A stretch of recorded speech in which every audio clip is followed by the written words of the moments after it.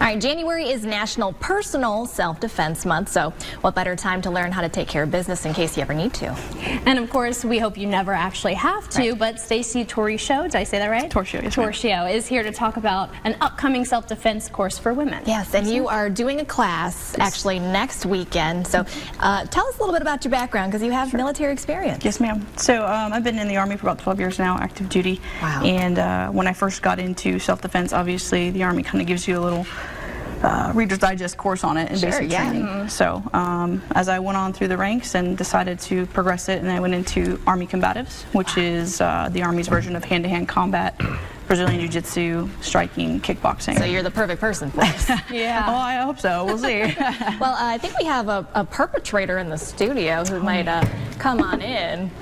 Y'all know who it is. Okay. You guys are taking advantage of me while I'm down with my cold, so there we go. Every girl in Huntington doesn't know that you can get beat up by a girl now. This is right. That's true. Well, let's jump right into it. So what are some, techniques that we can learn? So biggest thing that, especially females need to be aware of is, being aware of your surroundings. Right. So a lot of people, you see them walking and talking on their cell phones. Yeah, always, yeah. They get in their cars and they sit there for a minute after, going grocery shopping or shopping, and so that's when a lot of perpetrators want to come up and bang on the window or take advantage when you're not paying attention. Right. So biggest thing is, nobody needs to learn how to exactly kick somebody's butt, but how to create space and get away as quickly as possible. Be aware. Or get help. Because that's the whole idea, is to save your life. Yep.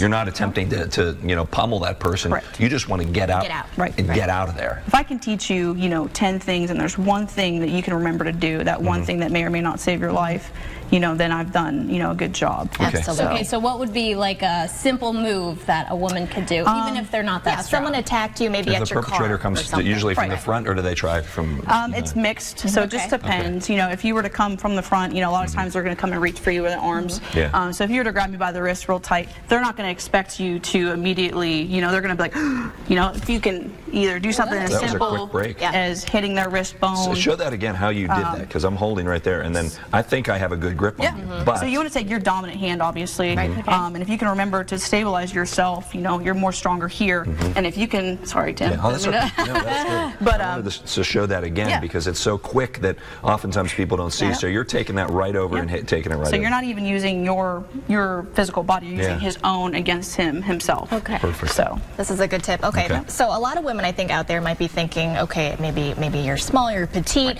maybe you don't have the muscles, and you're thinking, okay, someone much bigger than me is attacking me, but these are actually techniques for those folks exactly, right? Yes, ma'am. Okay, so let's do another one. If someone comes in, maybe from the back. Okay. Okay, so we'll do it maybe from the back. So somebody comes up from behind, and do they try to, do they try to grab you this way, or what do they try to normally do? So what is most easier for a perpetrator to do? To, stop and grab you underneath, or to grab you from over your shoulders, because you're probably going to be shorter. Probably over the shoulder. So if he were to, grab you over the shoulders, if you can remember to get yourself real small instantly, and as long as you can grab onto something, and you have a base, you need to have a base. If you're standing like this, Tim can knock me over right now and push me, but if you can get down, he's not going to expect you to get down real low, and now he's off balance. And he's off balance. Yeah, right. So either, however you need to break away, if you can get a thumb, that's usually what I try and reach for, because that's going to hurt real bad. Oh yeah, see that? Then you can break away and do whatever you need to do. Yeah. Okay. And I mean, and that in itself should be enough to try to at least get him off his defenses. Correct. And what, they're not going to be expecting it either. So the second you have that strong base and you go, I mean... Yeah. All right, now what if they do kind of the same thing from the front, and they're like going to pick you up that way? So a lot of times too, if they do if I was like if I was a little bit shorter and I came in like this. Right. If you came in underneath me, it's going to be very difficult. Look at your arms are loose here. Yeah. So it's automatic to her though. She automatically puts her arms in. Right. So if he's here, again, having that strong base, if you can remember to get low, and either use your butt, which women have strong hips, and that's one thing you do. Yep. So if you can get low, and if you can get leverage with your elbow, if I push down on Tim's arm or push into that sweet spot, it's going to hurt. And any way you can do to get bigger. Okay. So would you use those elbows to try to get to the chin too? Absolutely. Like if around there like so if you're here, if you always want to stabilize yourself, and I keep saying that because a lot of women will just, so if you can grab onto something and give him a second, let him grab you, because if you immediately start freaking out, then you're not going to have time to, think. So if you can grab his wrist, and if you quickly turn, right there. And that's so much of it too is really with the mentality. I think a lot of times, I mean, you don't expect to be attacked, you know, out there. Yeah. But if you are, I think your instinct is to just panic, but that's not what you should do. Absolutely. And that's absolutely human nature. It's one of those things that if you don't, at least I don't want to say practice on your siblings or your spouses, but if you go to a few classes like we're teaching, just simple things. We're not trying to teach you to be, you know, a UFC fighter. Right. We want to teach you simple things that will help you, you know, get away, because, you know, women and men along should know.